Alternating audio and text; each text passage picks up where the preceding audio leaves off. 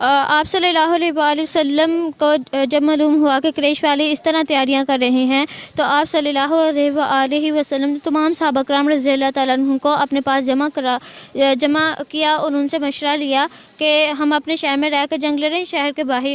تو اس وقت حضرت سلمان فارسی رضی اللہ تعالیٰ عنہ نے انہیں مشورہ دیا کہ اے اللہ کے رسول صلی اللہ علیہ وآلہ وسلم، جب ملک فارس میں ہمیں دشمن کا خوف ہوتا تھا تو ہم اپنے شہر کے ارد گرد خندق کھود لیا کرتے تھے. یہ مشورہ سب کو پسند آیا اور صحابہ کرام رضی اللہ تعالیٰ عنہ نے خندق کھودنے کا سلسلہ شروع کر دیا.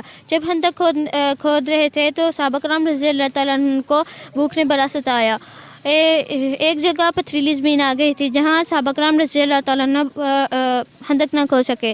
تو آپ صلی اللہ علیہ وآلہ وسلم نے دلال اٹھائی، اس جگہ ماری تو وہ جگہ ریت کی طرح بھربھرا گئی. اب جنگ شروع ہو گئی.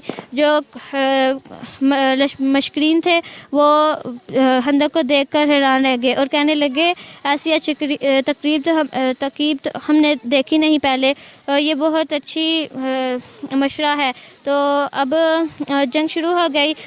جو کفار تھے وہ آگے آ رہے تھے، خندق کے پاس آ رہے تھے تو مسلمان اچانک خندق کے پاس ان پر تیر برساتے جس سے وہ مر جاتے. پھر اچانک وہ مسلمان پیچھے آتے. ایسے ہی جنگ چھڑتی رہی اور چھڑ گئی اور مسلمانوں اور کفار کے درمیان جنگ ہوتی گئی. اور دوسری جانب حضرت صفیہ رضی اللہ تعالیٰ عنہ جو کہ آپ صلی اللہ علیہ وسلم کی پھوپھی تھی، انہوں نے وہ عورتوں کی محافظ تھی. انہوں نے دیکھا کہ ایک یہودی ان کی جاسوسی کے طور پر آ رہا ہے. تو انہوں نے حضرت حسان بن ثابت رضی اللہ تعالیٰ عنہ سے کہا کہ وہ اسے مار دے ورنہ وہ دوسرے قلعے میں جا کر بتا دے گا ان کو کہ ہم یہاں اتنی عورتیں ہیں اور اتنے بچے ہیں. تو حضرت حسان بن ثابت رضی اللہ تعالیٰ عنہ نے ان سے کہا کہ تمہیں معلوم ہے میں اس کام کے لیے نہیں ہوں. تو حضرت حسان بن ثابت رضی اللہ تعالیٰ عنہ شاعر تھے اور وہ اس کام کے لیے مقرر نہیں کیے گئے تھے اور وہ برے تھے، اس لیے انہوں نے یہ بات کہی تھی. حضرت صفیہ رضی اللہ تعالیٰ نے ایک موٹا سا ڈنڈا اٹھایا، اس یہودی کے سر پر مارا اور اس کی گردن اٹھا کر جو پیچھے اس کے لوگ آ رہے تھے اس کی طرف پھینک دیا. وہ لوگ گردن دیکھ کر وہاں سے ڈر کر بھاگ گئے. اب دوسری جانب جنگ چھڑ گئی. عمر بن عبد ود جو کہ عرب کا پہلوان تھا، وہ بہت طاقتور تھا، اس کے لیے 1000 آدمی کافی تھے. تو اس نے خندق پار کرنے کی کوشش کی. اس نے جہاں چڑھائی کم تھی اس جگہ سے خندق پار کر لی اور اس کے ساتھ کچھ اور لوگ بھی تھے. اس نے جب خندق پار کر لی تو اس نے نعرہ لگایا کہ کون ہے جو میرے مقابلے کے لیے آئے گا. تو حضرت علی رضی اللہ تعالیٰ عنہ اپنے جگہ سے اٹھ کے اور کہنے لگے کہ یا رسول اللہ صلی اللہ علیہ وسلم میں اس کے مقابلے کے لیے جاؤں گا. تو آپ صلی اللہ علیہ وسلم نے انہیں نیچے بٹھا دیا اور کہنے لگے وہ عمر بن عبد ود ہے.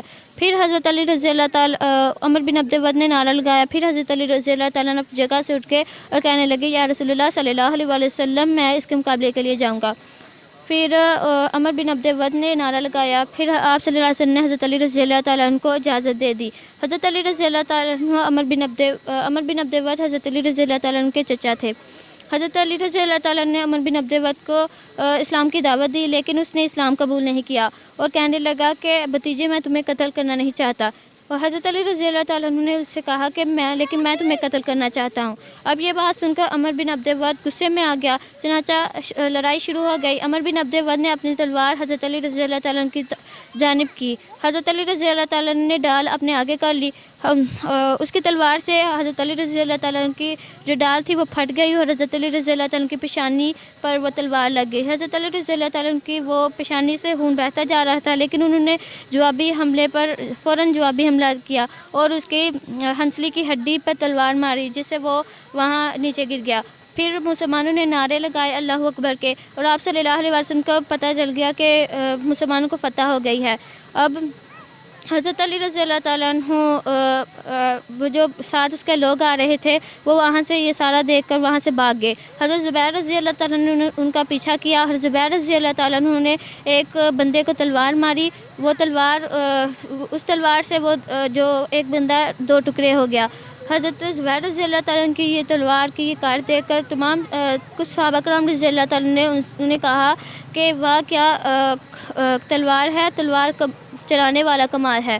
اب ایک طرف خندق کی لڑائی جاری تھی اور مسلمانوں کے درمیان جنگ ہوتی جا رہی تھی. خندق پہاڑ کے پیچھے کھودی گئی تھی اور اس کی لمبائی 3.5 میل تھی. اب خندق کھودنے کے دوران کچھ معجزات بھی ظاہر ہوئے تھے. آپ صلی اللہ علیہ وآلہ وسلم سب صحابہ کرام رضی اللہ تعالیٰ کو بھوک لگی تھی. ایک صحابی بشیرہ جن کا نام بشیرہ تھا، ان کی بیٹی کچھ کھجوریں لے کر آ رہی تھی، تو آپ صلی اللہ علیہ وسلم کی نظر ان کھجوروں پر پڑی.